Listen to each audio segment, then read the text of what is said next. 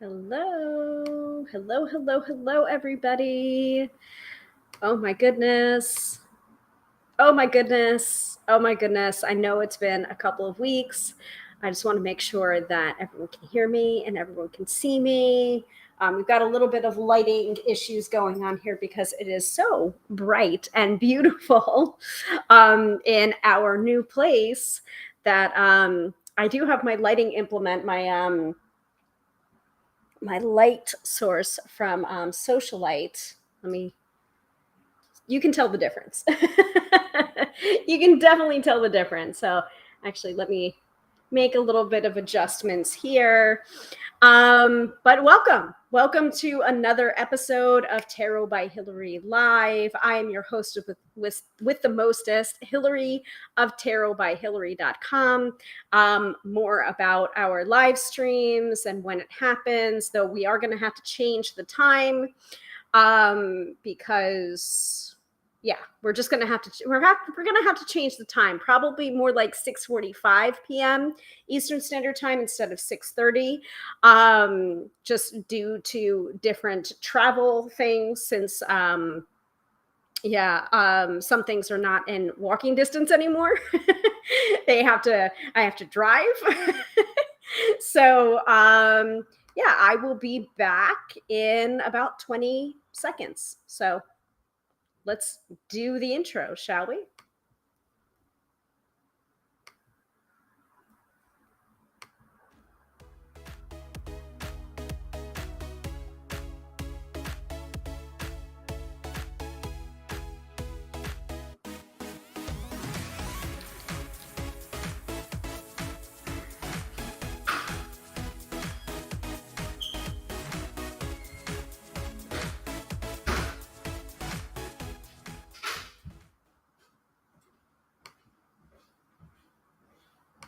All right. So nice. So nice. So Sophia is here. Hello. Ooh, nice window. Yep. I am recording from our living room right now, considering we don't have chairs. So the couch will have to do for at least right now. And Katie is also here. Hello, so nice. I think so too. I like it as well. So introductions are in order. If this is the first time you're watching the live stream or if you're watching the replay, hello, I am Hilary, professional tarot reader and tapping practitioner, demystifying the mystical and putting you in touch with the most beautiful gifts, your own intuition. Because yes, my friends, do not argue with me. You have intuition. I firmly believe that everybody has intuition.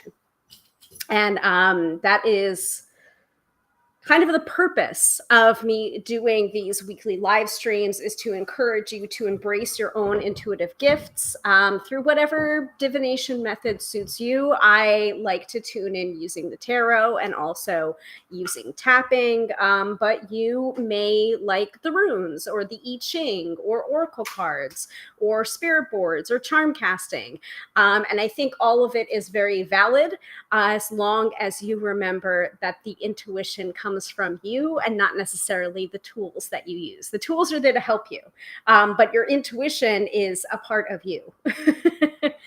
So tonight's episode, we have no fixed topic. It is more like hello and welcome back to regular live streaming. Thank you all for your patience if you're regular viewers and have been missing the live stream. And oh yeah, that's nice. And Mr. Tarot by Hilary was opening up the window because it's warm. It's warm in this neck of the woods, and we haven't set up our air conditioner yet.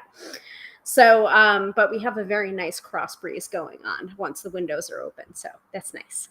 And maybe one of these days I will be recording or doing the live stream from our little balcony. But we have to get patio furniture for that first. So stay tuned for that. So if this is the first time you're tuning in, welcome. We do have a regular set of events or agenda for the live stream. We usually start with the astrology from Teresa Reed's wonderful Astro Biz Digest. We continue into the topic for this week's episode. There is no specific topic going on tonight besides a recommitment, basically, to live streaming. We'll do the mid-episode reading. So the mid-episode reading is back, where one lucky viewer wins a 3-card reading with me. And I think I'm going to be doing that with the Meraki Tarot, which is right here. Right now, because of the move, we have like my tarot decks are kind of everywhere in different bags and boxes. So it's been interesting trying to find a specific tarot deck. I did do a quick poll of what people want to see for the month of July for the card of the day polls. And it was pretty resoundingly the Ink Witch tarot deck that people want to take a look at for card of the day polls. So I'm going to have to locate it. I have a good idea where it is, though. I'm pretty sure I've located the exact bag that the Ink Witch deck resides in. And I also know that our very own benevolent Corvus, Sophia, also has the Ink Witch deck. So we might be doing an episode of the live stream in which we revisit the Ink Witch. And talk a little bit about our experiences with the Ink Witch deck after we've used it for a month. So if that sounds good to you, let us know in the chat. So mid-episode reading is going to be done with the Meraki Tarot. And then we will wrap up the episode with the weekend forecast, which is either an oracle deck or a tarot deck, one card from either an oracle deck or a tarot deck, to give you a summation of the energies that are going on this weekend so you can be prepared, not scared. So if that sounds good to everybody, and if you're a first-time viewer, please go ahead and comment in the chat. We are a friendly bunch here. We don't bite hard.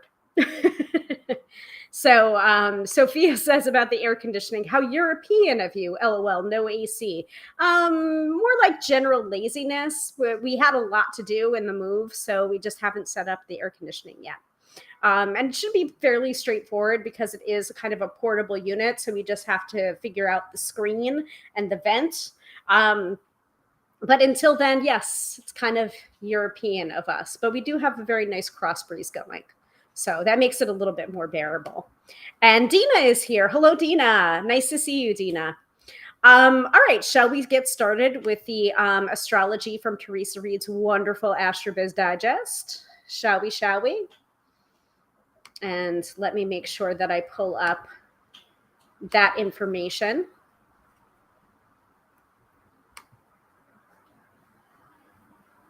Ooh, presentation mode. I like that. Okay. Let's see what that's all about. What are you looking for? Oh, good. All right. I can put that away. Let me go ahead and show this in presentation. Oh, that's cute. So that's presentation mode. Let's see what else. Cool. Oh, that's nice to see. So I can almost create an agenda, a little bit of like what's to come using this view. I like it. I like it a lot. Good to know. All right.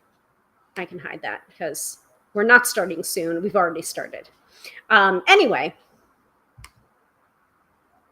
So what I was saying before, the astrology that I usually share at the top of every episode of the live stream is from Teresa Reed, aka the Tarot Lady's wonderful AstroBiz Digest, which is $99 for a year-long subscription, and it gives you astrology in layman's terms. Now, the AstroBiz Digest is geared towards entrepreneurs and business owners, but I have found it to be incredibly helpful in my everyday life.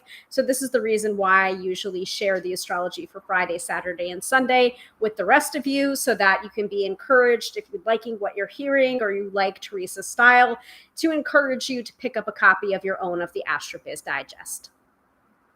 And I'm going to go ahead and show that on screen. So there's the link right there. You can feel free to go to that link after the episode is over and get yourself a copy of the AstroBiz Digest for yourself. And Dina is also mentioning, I get the Tarot Lady SMS in Astro text. So good. Yes. She also does have that to offer people. I can't remember what she's calling it. I think she might call it Astro Text. I'm not quite sure, but that is something that she wanted to do instead of like an email and instead of like social media. Yes, she's still on social media, but this is almost like for those people who are not necessarily have an aversion to social media, but they kind of want to limit their social media consumption. You can get astro updates and texts directly from the Tarot Lady, and yeah, that's kind of like her solution or her remedy to social media burnout, which I really love. So that is also an option in Teresa Reed's wheelhouse as well. So if you like the AstroBiz Digest, you probably would like her Astro texts. There you go. All right. So side by side, I am going to go ahead and pull that up for this week. Drink my iced coffee, spill slightly on myself. Let's see here.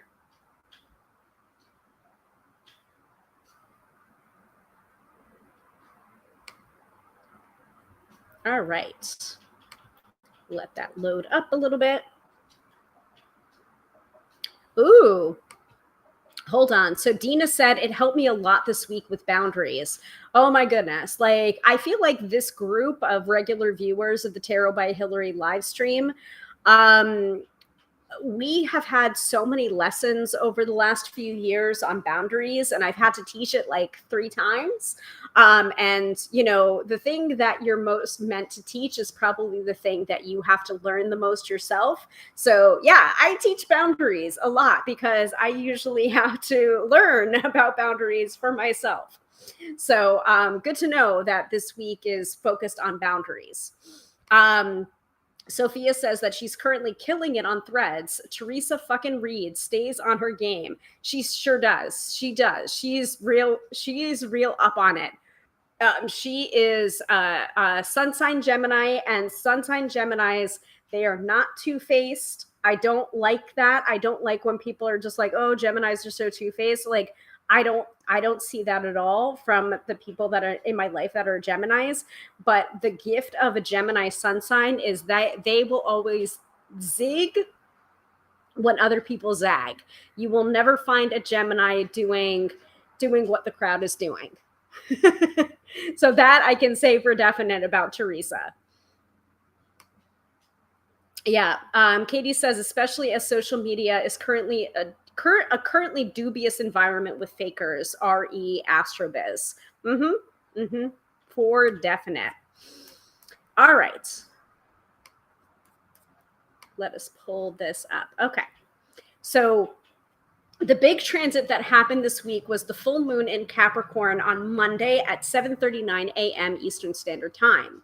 This glorious lunation is for celebrating your accomplishments. What goals have come to fruition in the past 6 months? What's working well? In what ways did you go above and beyond? Consider this your mid-year check-in and cheer time. Also, don't forget to acknowledge the people who made it possible. Your team deserves kudos too. Perhaps a celebratory dinner is in order. Lastly, use this day to wrap up loose ends so you can enjoy the holiday. Yay. So that's the big transit that happened this week. Are we ready for the specifics of Friday, Saturday, and Sunday?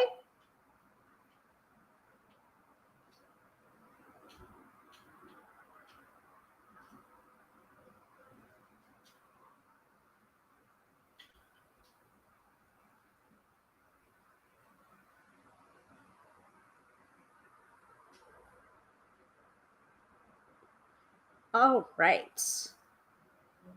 So Sophia says, woo, and Katie says, yes, please. Okay. Give me 1 second, folks.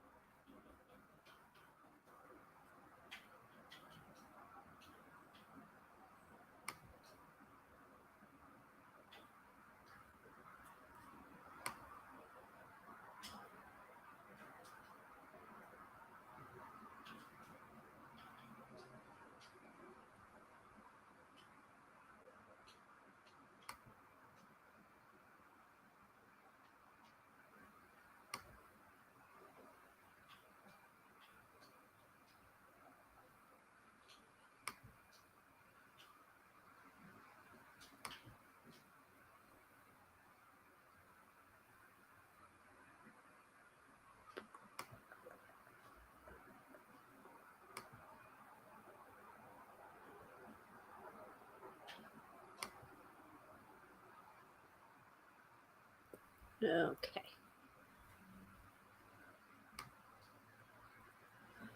All right.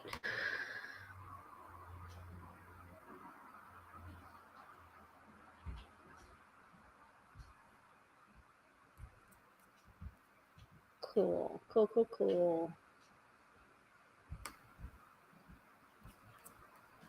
All right. So for Friday. So Friday today, July 7th, 2023. Mercury sextile Uranus at 12:55 a.m. Eastern Standard Time brings genius ideas and exciting conversations. The muses are singing and meetings could be dynamic. This might be one of the best days to have a conference with your team about the direction of your biz. A strategy session could yield excellent results. If you're traveling in the morning, the Moon Jupiter sextile at 6:28 a.m. smooths the way. Jet off without worry. You'll get where you need to go. This is also a great time to pitch to publishers. If you have a book proposal, send it in. Step up your leadership when the moon trines the sun at 2:48 p.m. Eastern Standard Time. Your community might be looking for motivation. Bring it. So today, Friday, July 7th, is a power date for Pisces and a weekday for Virgo. So a lot of the stuff that was going on for Friday has already happened. So now we were looking towards the future for Saturday and for Sunday.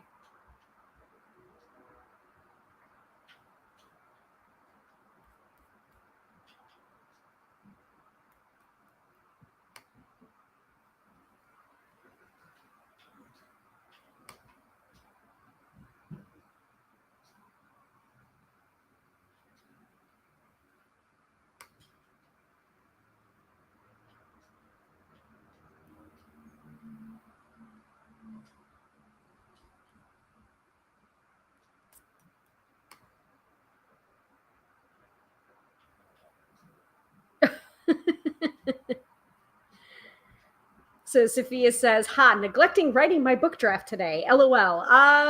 Yeah. So you might want to get on it, according to the AstroBiz Digest. All right, let's continue with Saturday and Sunday. Saturday's Pisces moon might find you moving like a sloth in the morning. I don't blame you if you want to take the day off. However, the moon Mercury trine at 5:56 a.m.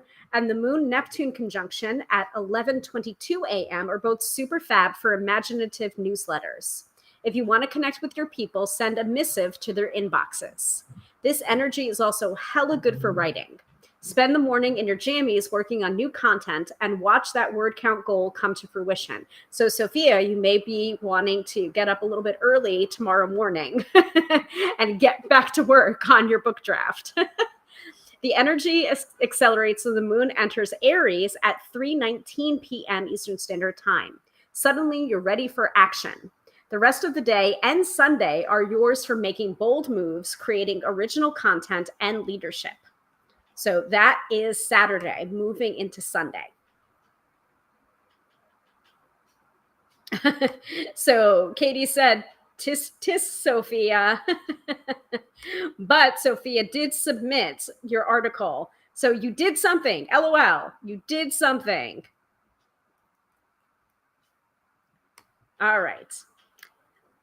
So Sunday also has a Mercury trine Neptune at 7:57 p.m. A lovely aspect for imaginative conversations, intuitive hits, and mondo writing sessions. But egos are rampant at 9:48 p.m. Eastern Standard Time. Stay offline and you'll avoid that nonsense. Saturday is a power day for Pisces and a weekday for Virgo. Sunday is a power day for Aries and a weekday for Libra. All right.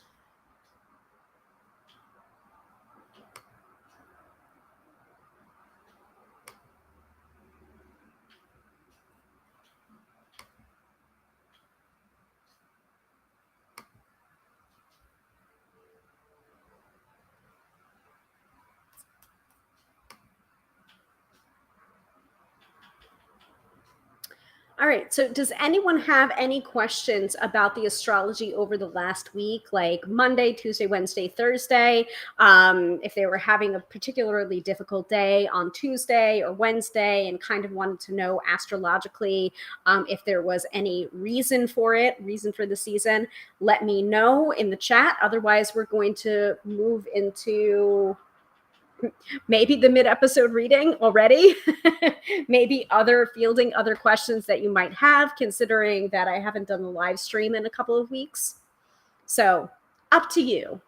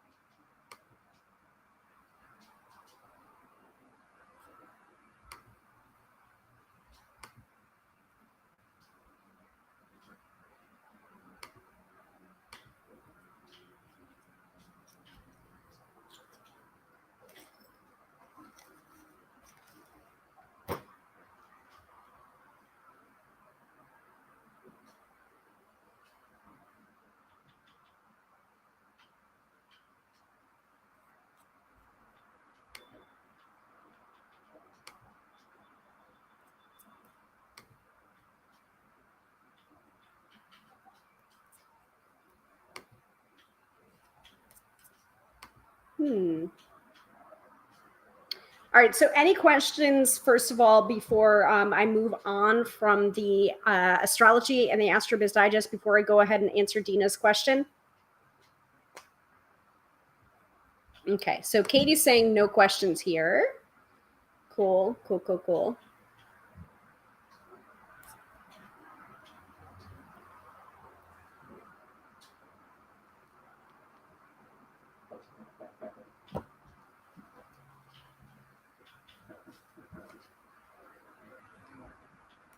All right. I'll give it another minute and then I'll answer Dina's question.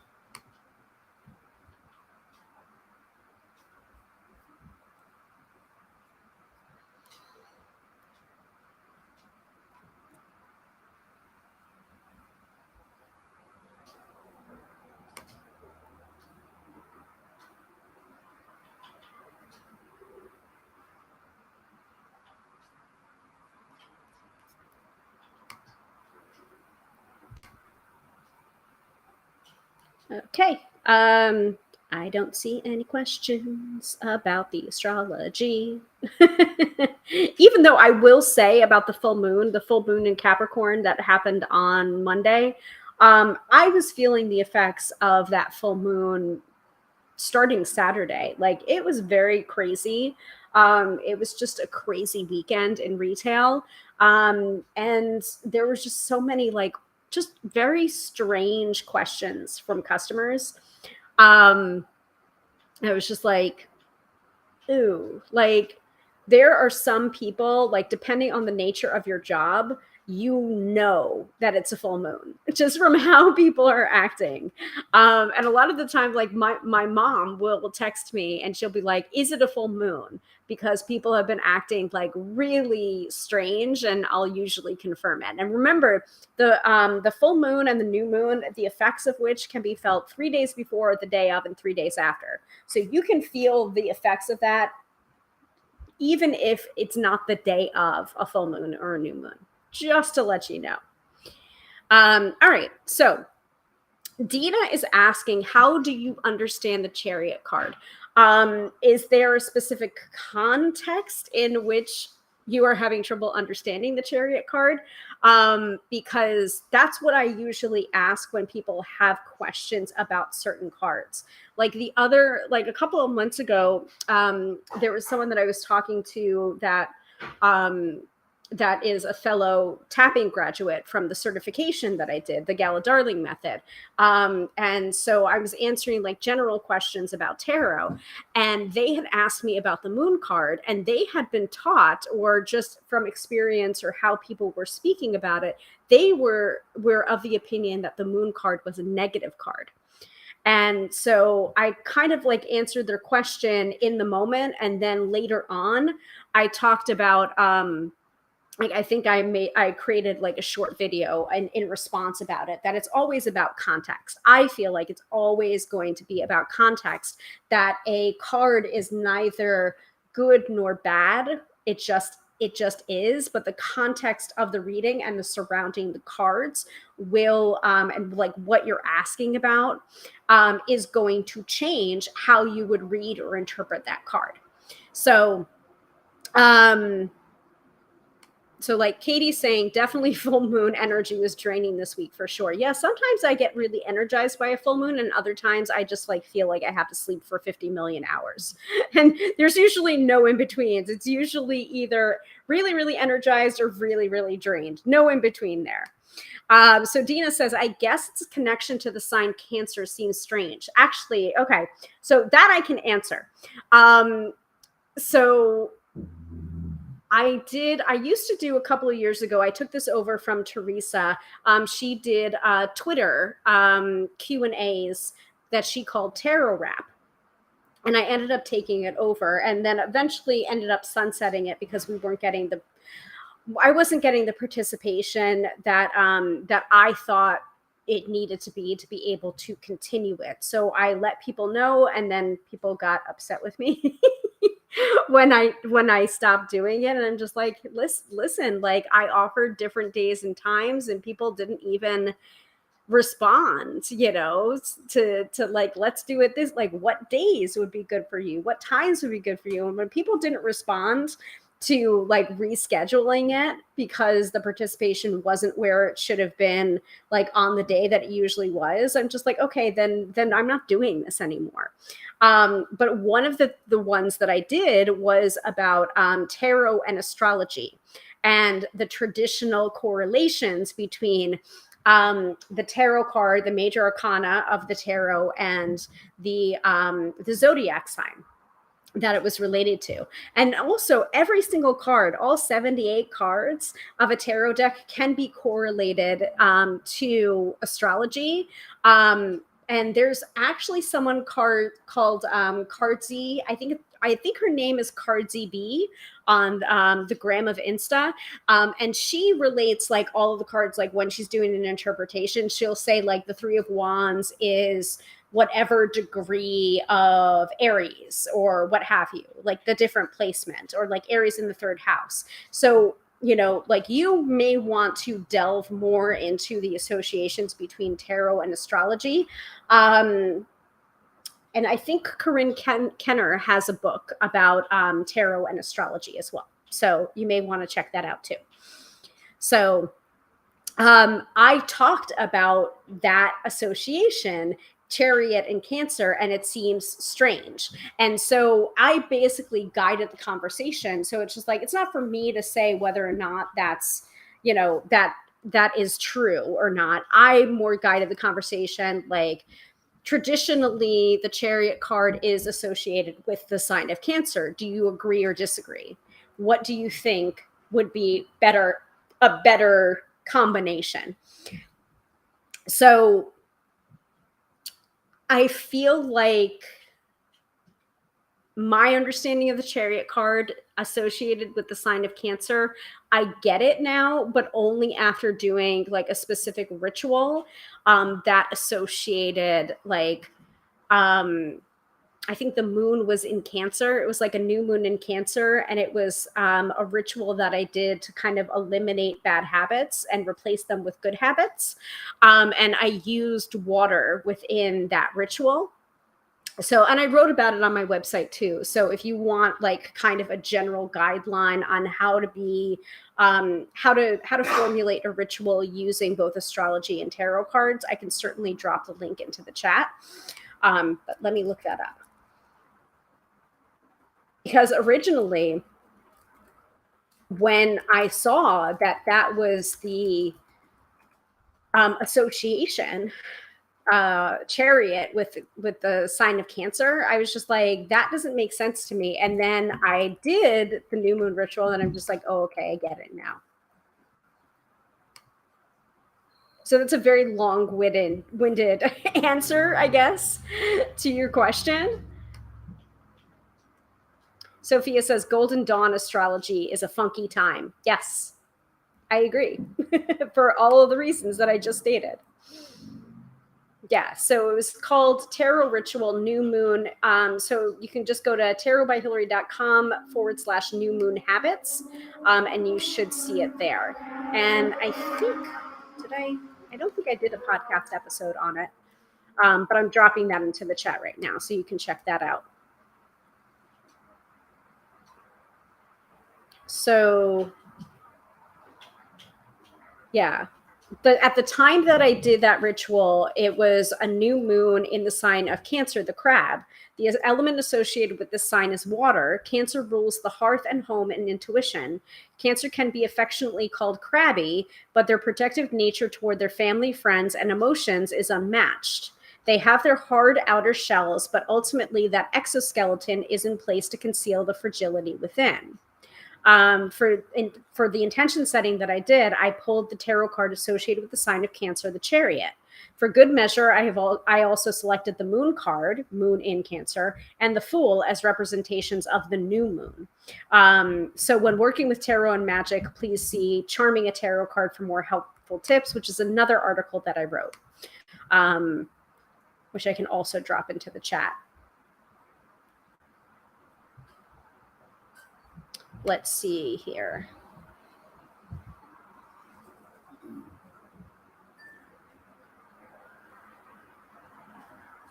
So like the things that I'm mused upon with the new moon in Cancer, I came to realize that my procrastination, which is one of the bad habits that I was trying to break, was much more rooted in emotions than practicality, that my procrastination was emotional and not intellectual.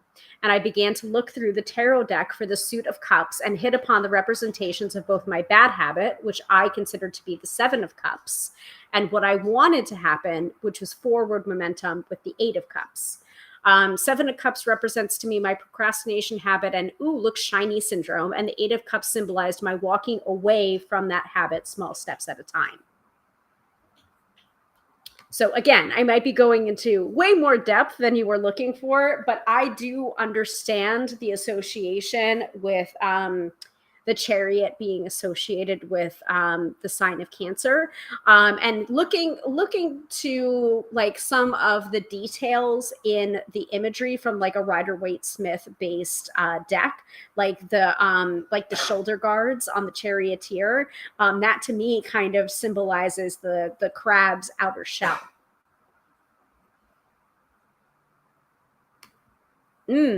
So Dina says I can connect it to the cardinal nature of Cancer, that it is motivated to move.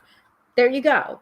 So I mean, like sometimes we have those guidelines that help us to understand the connections between tarot and astrology or vice versa. And sometimes we have to look at those guidelines and examine those guidelines against our own personal opinions and understanding and ask ourselves, does that fit? Does that fit our understanding? And if it doesn't fit, what associations do fit for us? Does that make sense? And I thank you. Thank you very much. That one was a ritual that was very interesting in coming together. And it was like, it was real interesting to me to continue to pull cards both intentionally upright, and then also but just by shuffling randomly, or as random as tarot seldom is, and seeing that the bad habits that I was trying to break were much more emotionally based than intellectually based. And I think a lot of people have that problem with habits where it's just like they rely on their willpower to change, when it's not even about willpower, and it's not even about intelligence, and it's just not about that. It is our subconscious programming as well that's running the show. And that's part of the reason why I became a tapping practitioner too, because the tapping short circuits the subconscious programming that we keep on running just automatically, and it short circuits it so that we have time to think and to process and implement better habits. And it also brings down our stress levels too. So I hope all of that makes sense. And I'm glad that you like the ritual, and I'm glad that you're beginning to understand the associations between Chariot and the sign of Cancer. And if it doesn't make sense to you, I would really encourage you to go back to the tarot wrap that I originally recommended at the start of me answering that question, because I think they're still available on Twitter Moments, if I'm remembering correctly.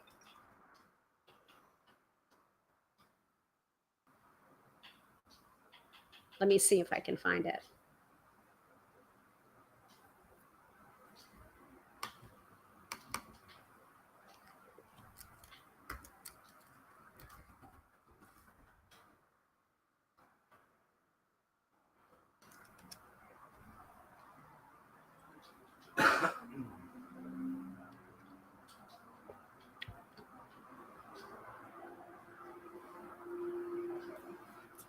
Don't think I have the website still up. I think I deleted it because I just couldn't maintain it anymore.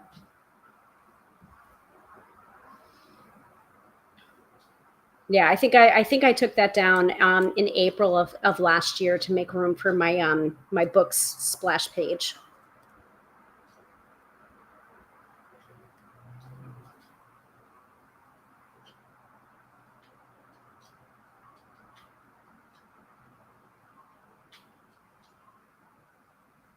Let's see.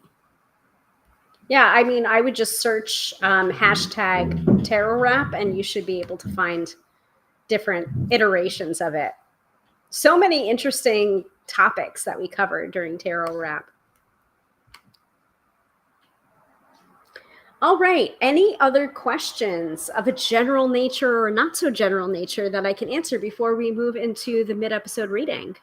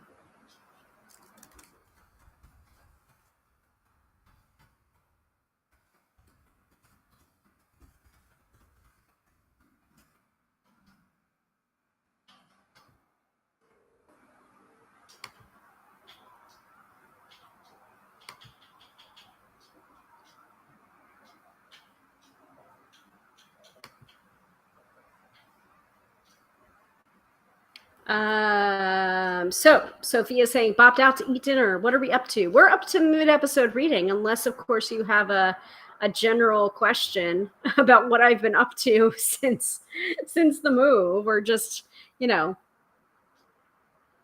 different topics. We were just talking a little bit about the associations between the chariot and the zodiac sign of Cancer.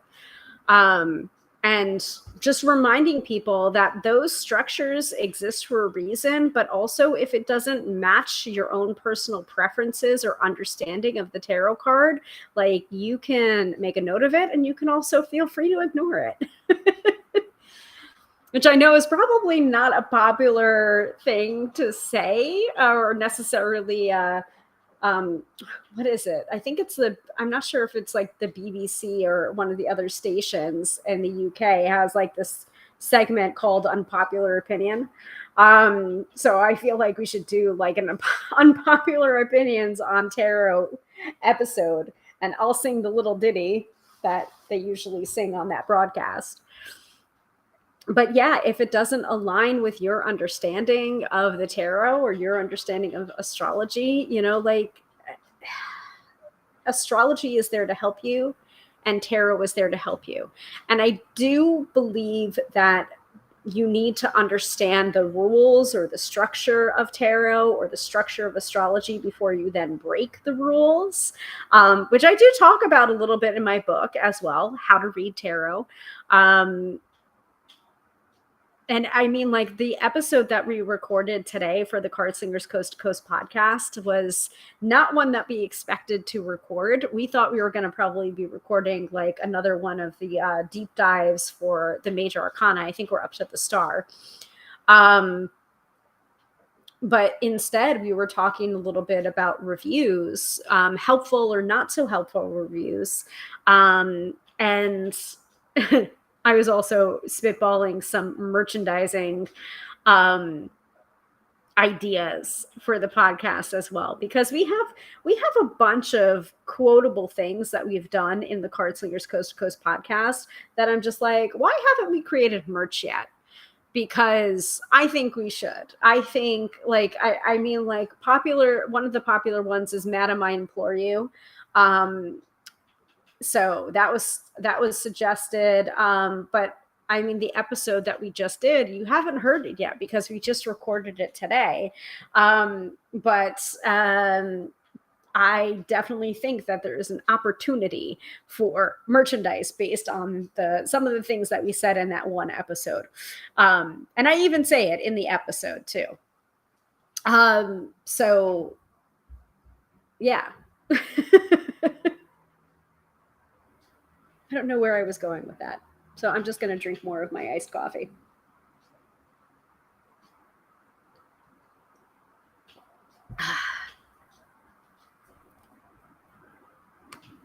So Katie says, I haven't quite got all the connections with tarot and astrology, but I made my own association that Uranus strikes me like the Tower card, the sudden explosions in life that clear things away to start new stuff.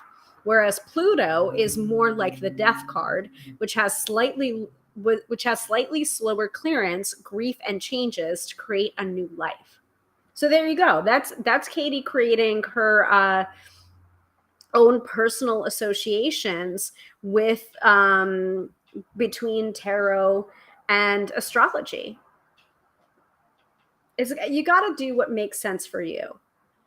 Like, I can totally understand in some cases why Pluto is associated with death or why this is associated with that. But there are some cases where I'm just like, I don't agree. And here's the reason why I don't agree. So this is the association that I'm going to go with.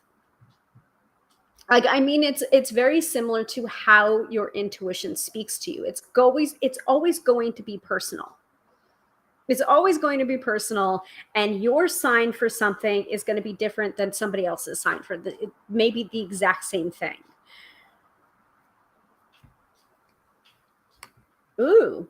So Sophia says, my coven is planning on doing a month where we reassign card associations based on the astrological houses. Interesting. Very interesting.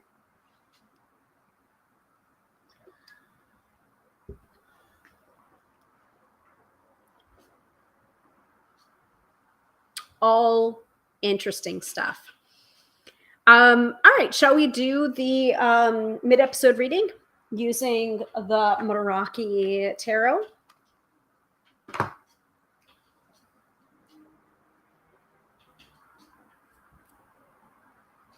I still haven't put out today's episode of the Tarot by Hilary podcast yet, but I'm fairly certain I know it's on. I think it's on the stories we tell ourselves and the power of denial, and I think I finally made it through recording that episode. I just need to edit it and produce it, so that will definitely be out today. I am not going to wait another week. I am going to produce it today. And I don't know whether that's in association with the podcast episode or with the mid-episode reading, but I'm going to take that as a good sign. So Katie said, people didn't understand my enjoyment of the Tower card, but I'd prefer changes happened quickly and move on than drain around for years in weeping and pain. I get it. I understand that. Like, let's just, come on. Time is a waste then, right?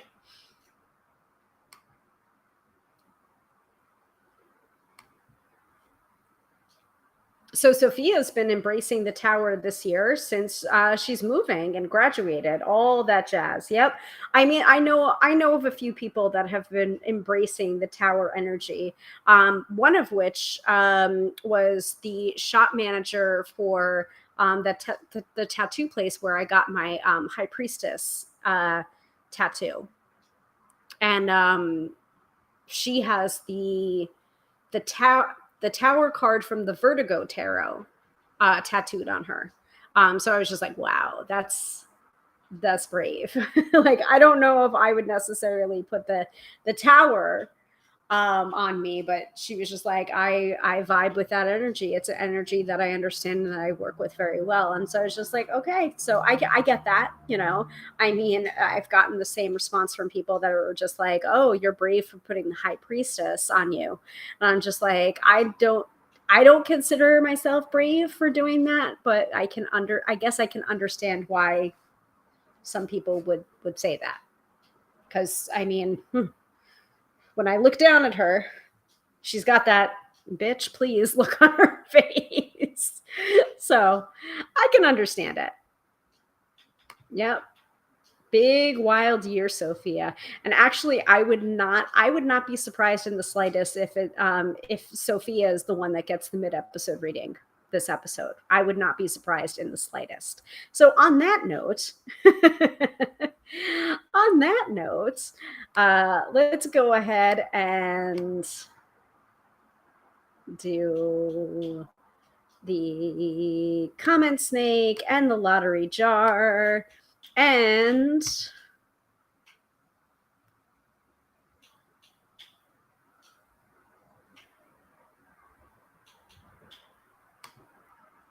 there we go.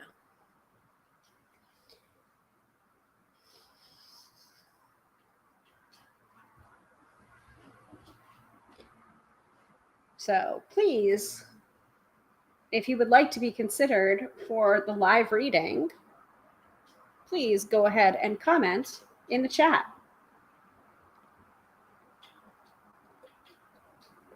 While I either spill more condensation or coffee on myself.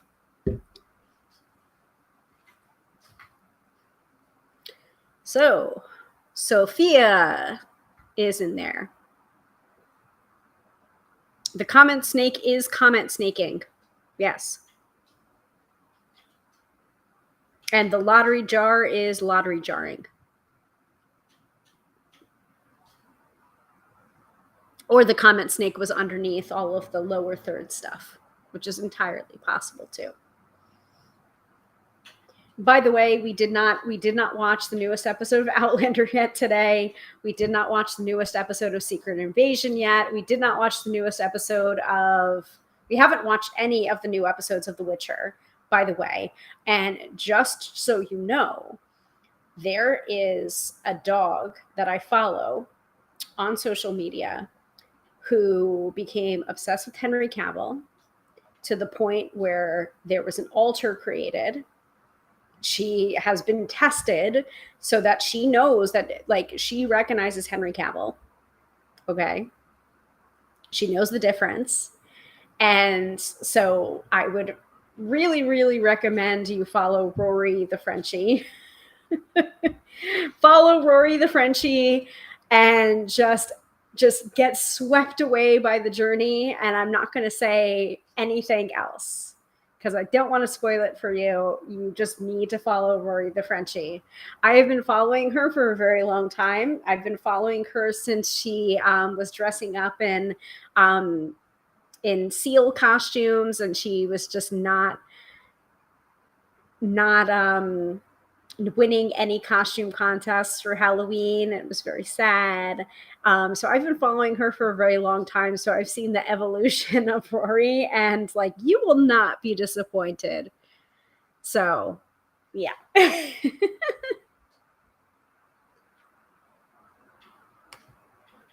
So Sophia, we'll talk. We'll talk about Rory. We'll talk.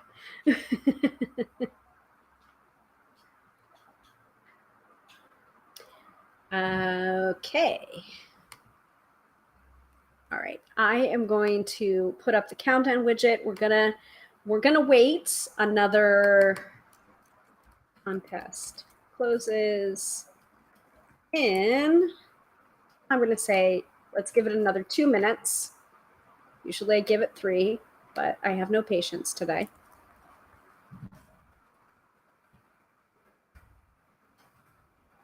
Okay.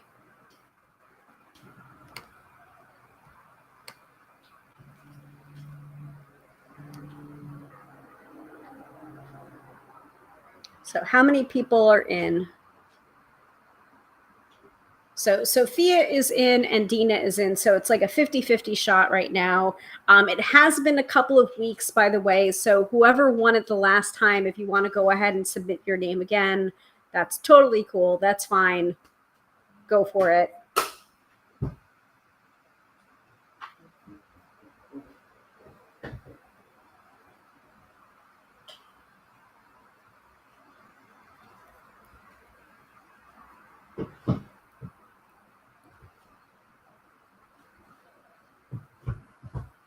Oh, also there's a new Sookie and Ivy as well. Follow Sookie and Ivy too. They're so cute.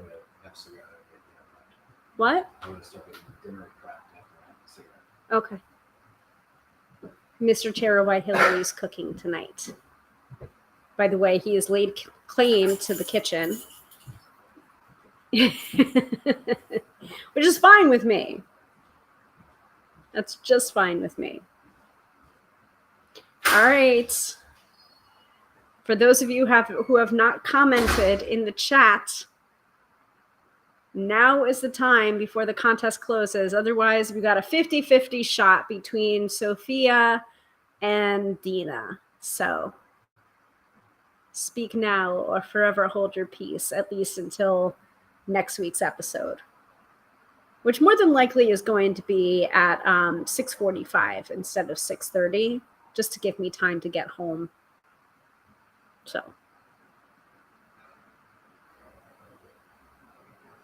3, 2, 1, done. All right.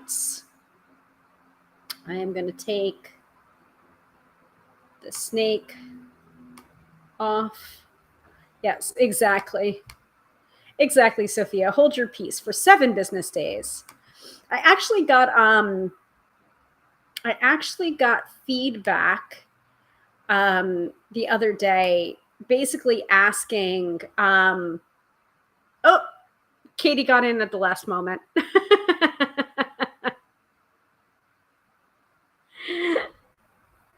It is what it is. It is what it is, or what it shall be, you know. And whoever wins this, if they don't want it and they want to pass it off to the next person, just let me know and I'll get a winner again. So it's all good. It's okay. Yeah. So someone was asking me. See, I know my audience, man. I know my audience. If Katie wins, she's handing it over to Sophia. Okay. Very nice. Katie is banned from holding her peace. Very nice. I love this community that's sprouted up around this live stream. It's awesome. Yeah, so what I was saying before we go ahead and pick a winner, someone contacted me. It's actually one of my regular, she regularly buys email readings, which is fine. That's totally fine. You don't have to, get a Zoom reading or a phone reading or whatever. But she asked, is there an option for a rush fee? And I'm just like, I'm not quite sure what you're asking. Are you asking if there's like an additional fee for like same day or emergency readings? Is that what you're saying? And she was just like, yes. And I'm just like, yeah, no, because I don't do emergency or same day readings. And if you'd like to know the reason why, it's on my FAQ and ethics page. So she was just like, fair enough. But it's just like, it's kind of like that situation of like, you don't ask, you don't get. But at the same time, I'm just like, interesting, because I try really hard to be very clear about my turnaround times. If it is a reading that I'm doing that's like an email reading or a specialty reading, which is outside of my appointment schedule, I try really hard to be very clear about turnaround times, that it's usually 3-day turnaround time for one question email reading. And if you buy more than 3, like if you do 3 questions, like I say, add on an additional 3 days, because that's a lot more work, So it's just like, yeah, you can ask about that, but also I do have an answer for that because people have asked me about that before. And honestly, like I work best knowing what my schedule looks like at the outset of a week. Like normally, I'll either look at my schedule Sundays or Mondays and take a look at the rest of the week and see who has booked and when they have booked and what's the nature of the booking, whether it's an email reading or it's a phone reading or a Skype reading or a Zoom reading. And then if it's an email reading, I will look at the astrology around that using the AstroBiz Digest to see what the best date and time astrologically to do the email reading in. Now, if people have scheduled for a Zoom reading or a phone reading or whatever, I'll look at the astrology around that too. And if it's really like not so great or not so conducive to a reading astrologically, I may consider rescheduling them, just reaching out to them and being like, hey, can you do an hour later or an hour earlier or tomorrow morning or tomorrow afternoon? But like I really haven't done that so much for Zoom readings or phone readings. I've done it more with email readings. And that's the reason why I do a 3-day turnaround for email readings, is because usually within that 3-day window, I can find a time that will be most conducive astrologically for the best possible reading for them. So that's just a little behind the scenes that goes on there. But I do believe that a reading that is forged in an emergency or an urgent, like same day is not going to be the best reading. And I personally don't work well when I feel that amount of pressure. That's just me. Now, there are some readers out there that absolutely will do same day readings or emergency readings and will associate a rush fee with that. But I'm not one of those readers. So. So, interesting. Terror emergency is not a thing in my eyes. Call 911 or 999. Thanks. That's kind of my personal opinion too, that there's no such thing as a terror emergency to my mind. So anyway, all of that being said, let's go ahead and pull who will be receiving the mid-episode reading this week. Drum roll. And it's actually Dina this week. All right. Dina, will you cash in on your mid-episode reading? If so, please go ahead and drop your question into the chat. If you would like to defer to another person, please go ahead and do that too. But you are the winner.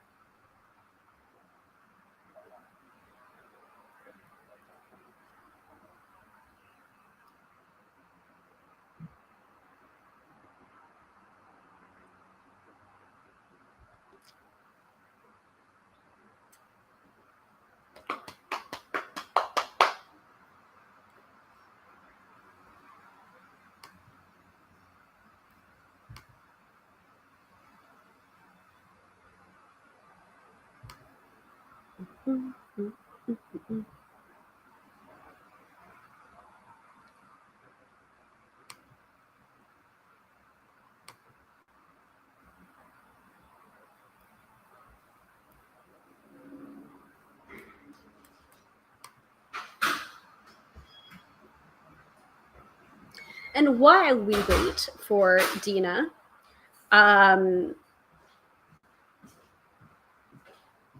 will answer any questions. So, emergency readings are a service I provide exclusively to close friends, and I will only accept alcohol as payment. LMAO. Good policy. Good policy.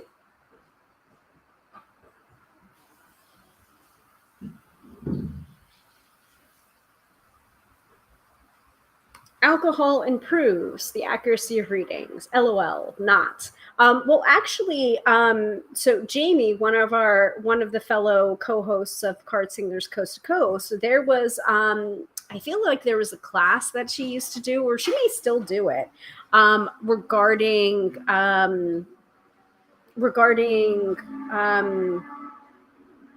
having like a glass of wine and then reading sober and then having a glass of wine and then seeing how the reading changes or flows. So I think that's an interesting experiment to do, and I would recommend doing that only with close friends and willing participants. But like I've seen a lot of interesting behavior around alcohol and readings, and I personally don't drink when I'm giving a reading. That's true for email readings, that's true for event readings, and I will usually, if I do, I will nurse one glass of wine or one beer the entirety of the night, if not at all. I'm more drinking water pretty much the entire time. So that's just like my own personal stance, but like you got to figure out what works for you. But like I'm like if I'm getting paid to give a reading, I will usually abstain. That's just me. So yeah, exactly. They know it's a crapshoot already. LOL. And Katie says depends on how much alcohol. True. Sophia says it's an interesting concept for me. Historically, oracles were on some funky substances, so I wonder how that unfolds. True. True. Yes, and Katie's right, and that's part of the reason. Whether it opens a little or whether it drowns out the intuition. Yeah. Yeah, that's me too, Sophia. Tarot gigs are a water and cough drops affair for me. All right, so Dina's question is in. Any positive financial news coming soon? So again, like I said before, this I'm going to use the Meraki tarot, Meraki, or I don't know.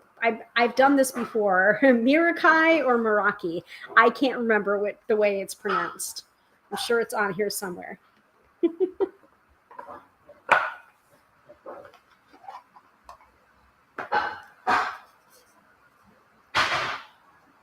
And remember the benefit of the Meraki. I think I've done an unboxing. Did I do an unboxing of the Meraki? I believe I did do an unboxing of the Meraki at one point. But this, instead of having like a companion book or little white book, it has cards that go along with it. So I'm going to go ahead and take those cards out.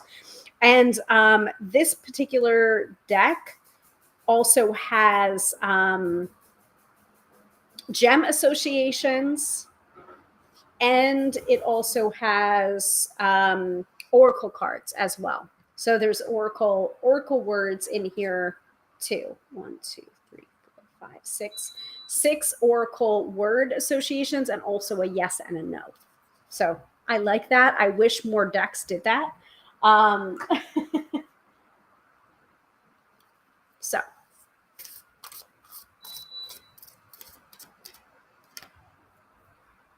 also, Dina is contributing to the conversation. Oracle of Delphi was breathing in poison fumes. Yes, exactly. So it's an interesting conversation, right?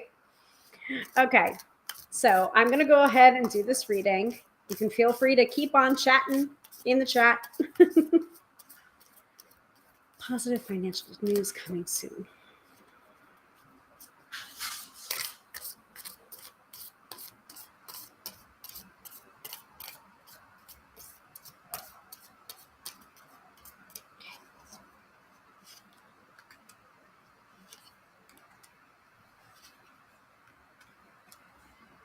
I feel like there is a balance of it coming. Now you don't have any of the oracle cards coming up, the oracle words coming up, and you also don't have a yes or no coming up. So it's not necessarily like, yes, it is phrased as a yes or no question, but I don't read tarot that way. But I do feel like there is some sort of balance in finances coming up soon, because your final outcome card is the Two of Pentacles. So I will hold up each of these in turn. Let's see.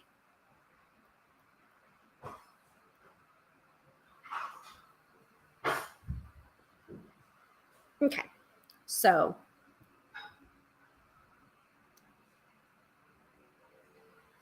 more coffee first. So I'm going to give my interpretations of these cards first, and then I'm going to go to the companion. So sometimes I do it the other way around, but right now I'm just called to read the cards as it is, as I understand them, and then go to the companion for this particular deck.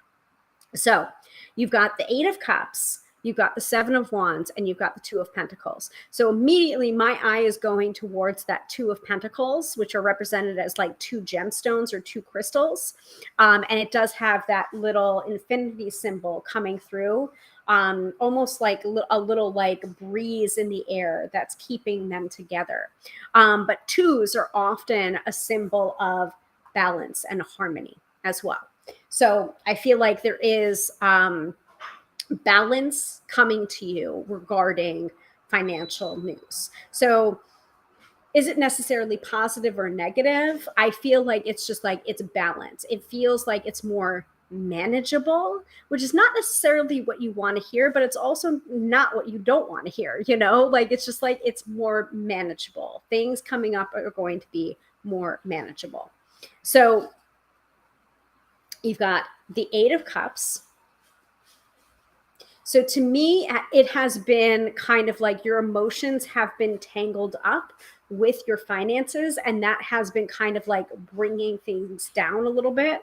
But with this representation of the Eight of Cups, I feel like things are kind of like getting to the point where like you're rising above, you're taking the higher ground, you're making the tough decisions, but you're also doing it from a more emotionally evolved place, with it being the Eight of Cups. And also you're more intuitively guided too. Like Dina, a lot of the time you come in here and you tell us all about the astrology. You know more about astrology than I do. And with this coming up with like this big moon behind the bird, it feels like you've been leaning way more into your intuition lately and your understanding of how intuition plays out in your life. And you've been really doubling down on that. And that has been paying dividends. So it's like it's getting better for you, but it also has not been entirely easy as well to get to that evolved sense, Now, Seven of Wands is typically like, I like that it's this depiction instead of like the more traditional Rider-Waite-Smith depiction where you've got the guy on the hill that's basically like kind of fending people off, with the Seven Wands coming at him and he's like trying to defend. Like this is much more a sense of like that eager, like the eager beaver, like that hard work ethic. But it's the Seven of Wands. So to me, it's just like, it's almost like the hard work has not been as hard because it has been from a place of passion, from a place of understanding where it's just like, I have to do these things and I am passionate about what I am doing. So the work has not been, it's been hard, but for somebody else, it would have been harder. Do you know what I mean? So it's just like your work ethic has been incredibly strong, and that has also been contributing to the situation. And then finally, you have the Two of Pentacles. And I really do like this depiction of the Two of Pentacles, not only because of the two gemstones, not only because of the infinity symbol, but also because of these like sun rays. It's almost like these sun rays are breaking through the clouds. Like you're having this moment of illumination now with regard to your finances, where you're just like, this is actually a lot more manageable than I thought it was going to be. Like you do have a sense sometimes where it's just like, okay, like I need to prepare for the worst possible situation. And to some degree that's good, but to another degree, it's just like there is that waiting for the other shoe to drop. And it's just like, it's okay, you can breathe. Like you are in a much better situation than you actually anticipated for yourself.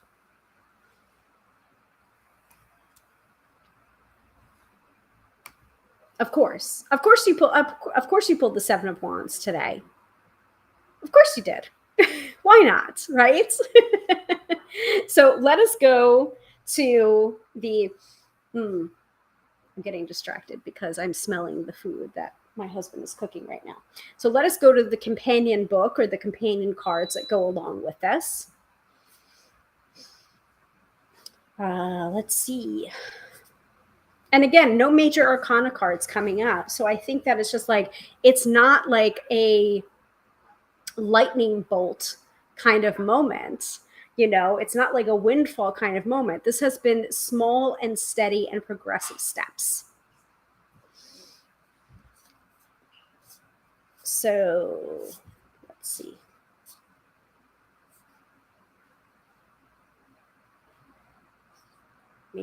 Majors. So 8 of Cups, you've got, and these are all upright cards too.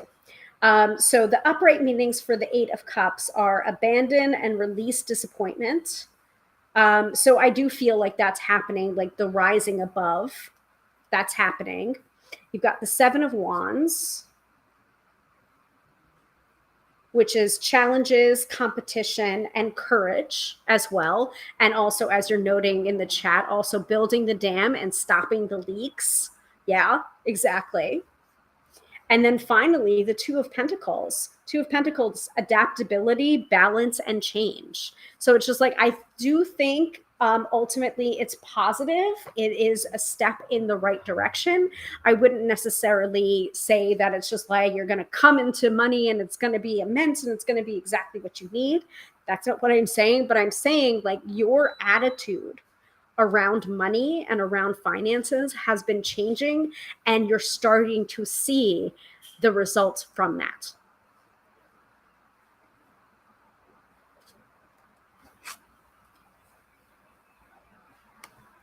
Yeah.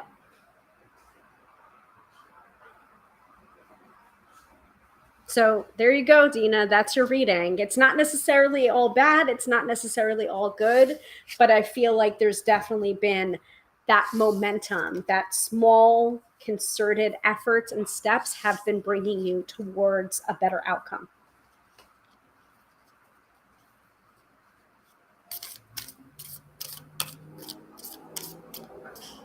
So you're very, very welcome. Thank you, as always, to anyone that participates in the mid-episode reading. I greatly appreciate it. I appreciate your vulnerability because it is sometimes not easy to be read for in public. In a public space, it's not easy. Woo! All right, so we were just talking about, like, there's a lot of talk about poison and fumes and everything in here. Hold on. So Sophia asks, is this the deck made by the jewelry company Meraki? I don't know. They may, because when I got this deck, this was actually a Kickstarter deck that Jamie sent to me, and there was like a pin with like a crystal on it too, or something like that. It was and it was the flower. Yeah, this flower here. So maybe, I don't know. Let me see. Meraki tarot. Oh, wait. Let's see. If so, I'm in trouble. I'm in big trouble if they make jewelry too. Let me take a look. Let the search find that for me. So poison oracles is why I want an aqua tofana tattoo to represent the women who got shit done in history. Sometimes you got to break out the poison. Ooh. Katie says, poisoning the men that get in your way, I think was their method, Sophia. Shall be checking your rings for hidden compartments in future, LOL.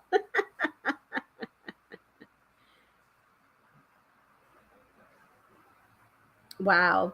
So Dina is giving feedback on the reading. We are waiting on news of an inheritance, so the Two of Pentacles seems prescient. Ooh, okay. All right. I feel like whenever someone asks me about something as specific as that, and any of the pentacles come up, I will usually read into it like something is going to happen. It may not be as much as you were expecting, but it's going to be at the very least fair, like fairly divided, that kind of thing. So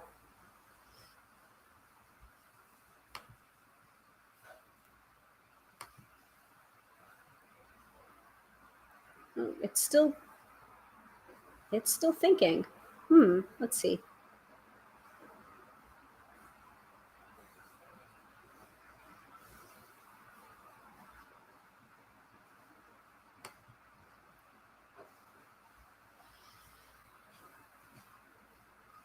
So the Meraki Tarot is by Boucher Design. So design and illustration. They've got washi tape. They've got the beautiful altar cloth, which I also have. They have a crystal enamel pin.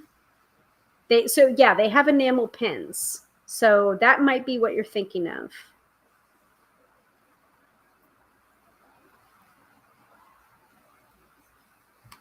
Uh-oh. I am not looking anymore at that site. So Katie's asking, how do you pick what would come up as an unfair inheritance card? Depending on the context, of course, I would probably say the 10 of Pentacles reversed. Honestly, because I've seen the 10 of Pentacles as like a windfall. And unfortunately, like the one time that I saw the 10 of Pentacles come up as like an inheritance, it was just like I would have rathered to have kept that person in my life rather than have them die and me inherit this money. And I'm just like, I understand that, but unfortunately, this is what I'm being shown, you know? And this person had already passed by that time. So I was just like, I know it's probably the furthest thing from your mind, but like, I'm going to say what I see. And what I see is that there is something coming to you from that person. Not necessarily something that's like life-changing money, but more to the point of like this person wanted to show how much you meant to them. And this was the way they did so, you know? So, but I would say like probably reversed 10 of Pentacles, possibly reversed 2 of Pentacles. Sometimes I've seen it like amongst siblings where it's just like the amount of siblings would be the number and the pentacles and then reversed. So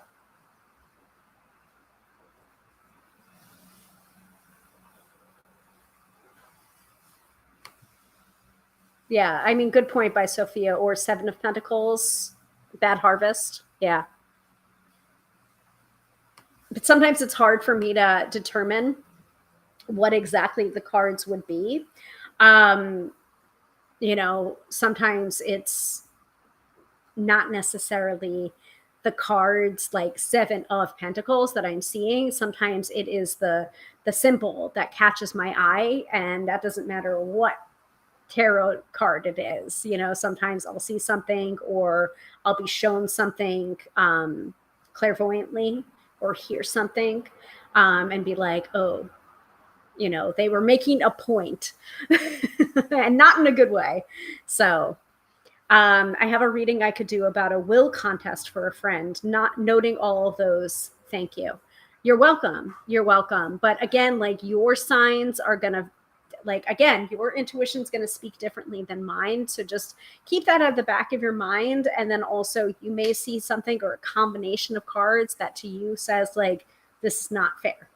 Or, you know, like something may have happened in between, you know, the writing of the will and then the reading of the will, you know, like it's just like something's like, I think I might already be intuiting something about that. So just keep that in mind, you know, like it's just like something's weird about this. Otherwise, I don't think the friend would be asking, you know, but it's just like something's weird about this already, and follow that. Follow the feeling, you know. It's just like if it doesn't feel right, then it's probably not.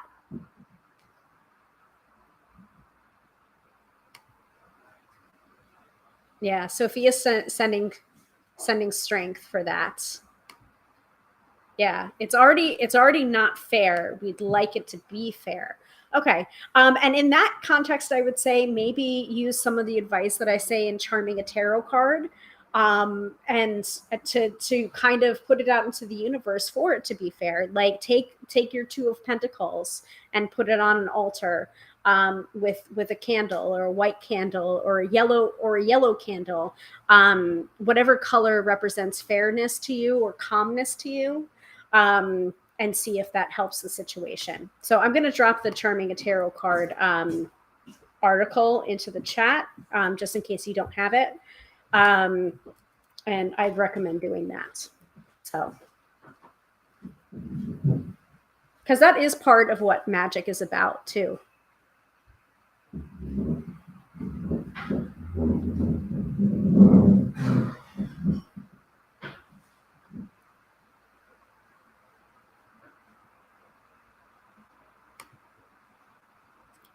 All right. Well, any other questions of a general nature or a specific nature before we move into the weekend forecast and wrap things up?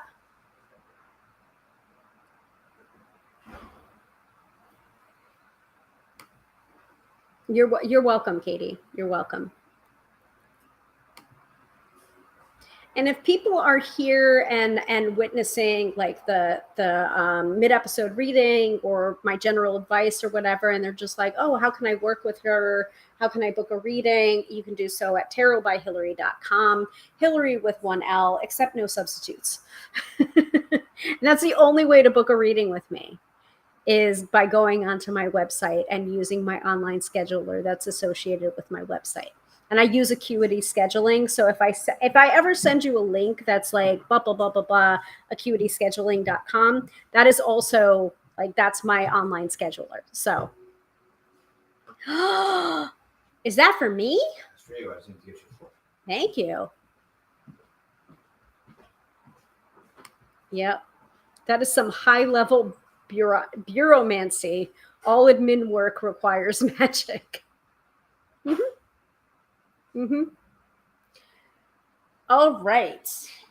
Let's do the weekend forecast using the Starseed Oracle, because it just how happens to be the Oracle deck that I laid my hands on first. Same kind of with the Meraki Tarot. Let's see.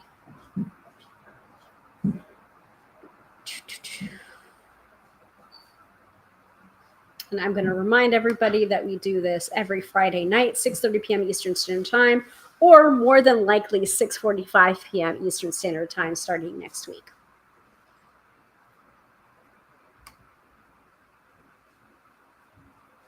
All right. Weekend forecast time.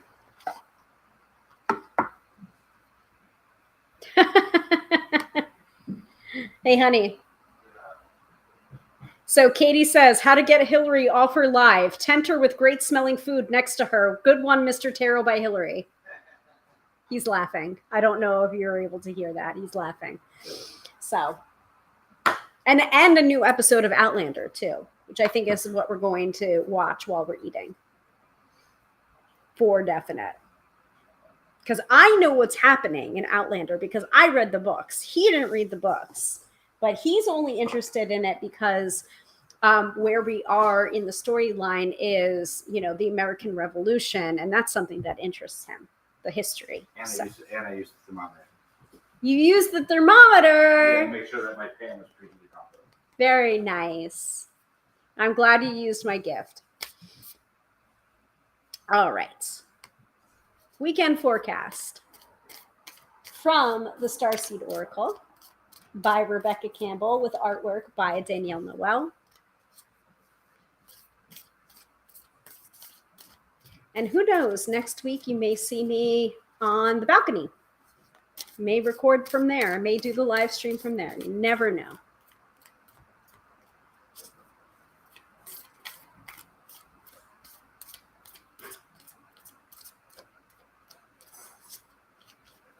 Right.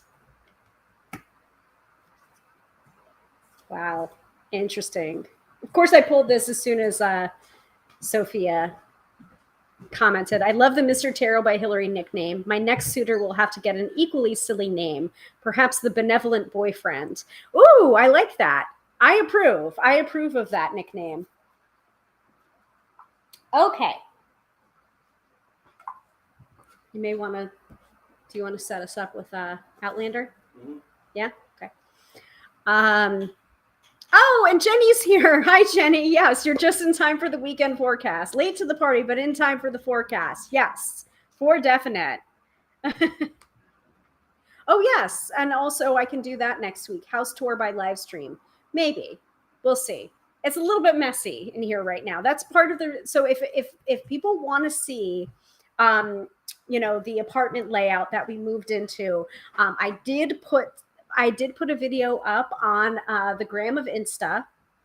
I went ahead and did that before we started to move any of our boxes in. Like I literally did it right before our movers moved our larger pieces in. So yeah.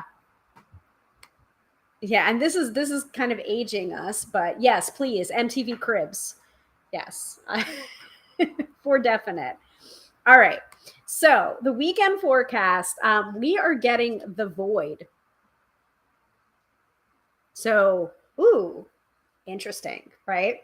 The void. Stop, embrace winter, and grace great cosmic womb. Now, it is not winter here in the Northern Hemisphere, but I know we do have some Southern Hemisphere people that tune in. So the void, stop, embrace winter, and great cosmic womb. So I will hold this up as I'm reading the interpretation from the companion book.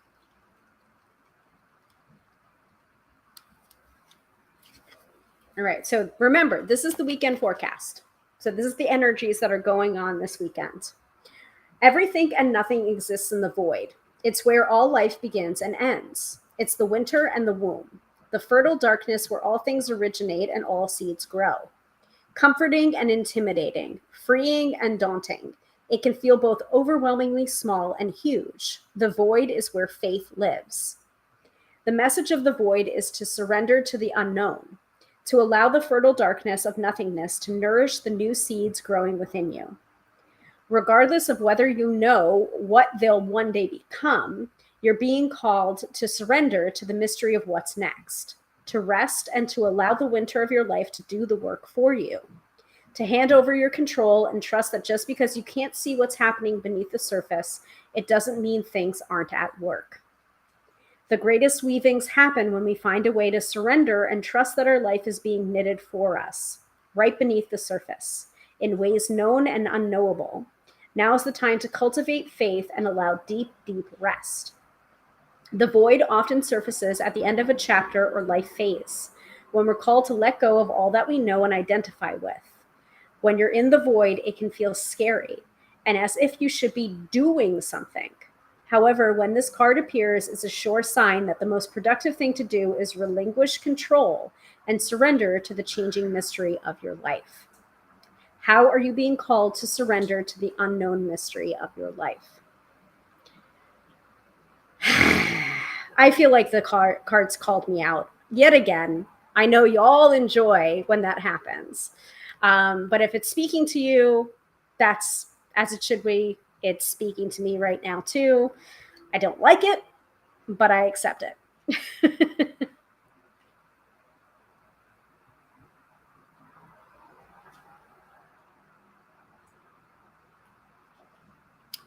Yep. Okay, so I'm glad that hit you too, Sophia. Like, ow, owie, owie, owie, owie.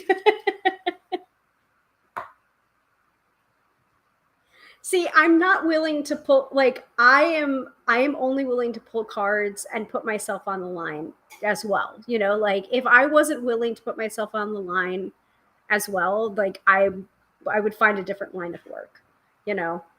It's not true, it's not genuine unless I'm willing to also admit when these cards come for me. Well, that one came for me. So, sounds like the card is calling a few of us out, calling me. I guess it's calling anyone with big moves in their life. I agree. So on that note, folks, this has been another episode of Tarot by Hilary Live. Enjoy the replay. Yikes. Jeez. That's a lot. So again, we do this every Friday night, 6:30 p.m. Eastern Standard Time, probably more like 6:45 p.m. Eastern Standard Time next week. And I will more than likely be scheduling the episode in advance so that you all know it, and you can also mark your calendars as well. So once again, thank you all so much for watching. I am Hilary, professional tarot reader and EFT tapping practitioner, demystifying the mystical and putting you in touch with the most beautiful of gifts, your own intuition, because yes, my friends, do not argue with me. You have intuition. Thank you so much, Dina. An inspired live today. Certainly one that called me out yet again. So until then, until next week, until next Friday, have a wonderful weekend. Keep in mind the, slowing down, surrendering, like the Void card, the Void Oracle card is reminding us to do. Keep loving yourselves, keep tapping as well. If you're, I know that some of you were introduced to tapping through me. Keep on tapping.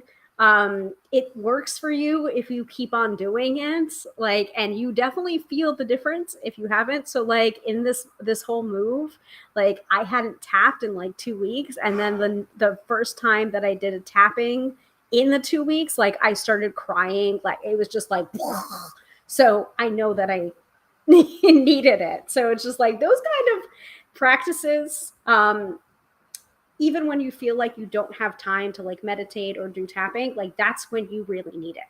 So and there is a couple of tapping videos available on my Two of You channel, at least 3 of them. So, and there's also a playlist where other people that I recommend, other tapping practitioners like Danny Lent, Angel Rogers, Gala Darling, Tap with Brad, Tap into Magic. So all of those videos that are on that playlist, I have experienced those tappings, and I've gone through those tappings. So I don't add any videos onto my playlist unless I have found them to be beneficial. So check that out as well. Okay, until next time, until next Friday, have a wonderful week, and I will see you then. Bye.